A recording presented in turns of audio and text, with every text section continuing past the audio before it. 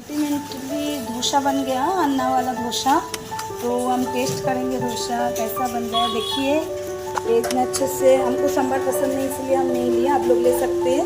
इतना अच्छे से गार्निशिंग काट के अन्ना दिया है।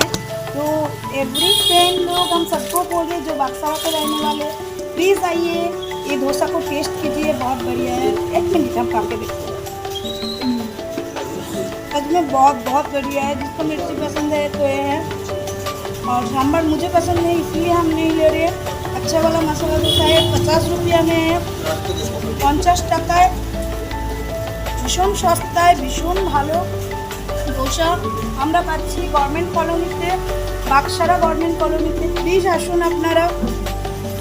অনেকেই জানেন আমার ভিউয়ার্সকে আমি হাওড়া 30 নম্বর ব্লক রুমের স্টাফ। যাই হোক, আমি অনেক ব্লগ আপনাদের দিই, আর আমি নর্মালি একজন সাধারণ মানুষ হিসেবে, একজন ফুডি লাভার হিসেবে আমি আপনাকে বলছি প্লিজ আসুন। থ্যাংক ইউ সো মাচ, পরে আসবো।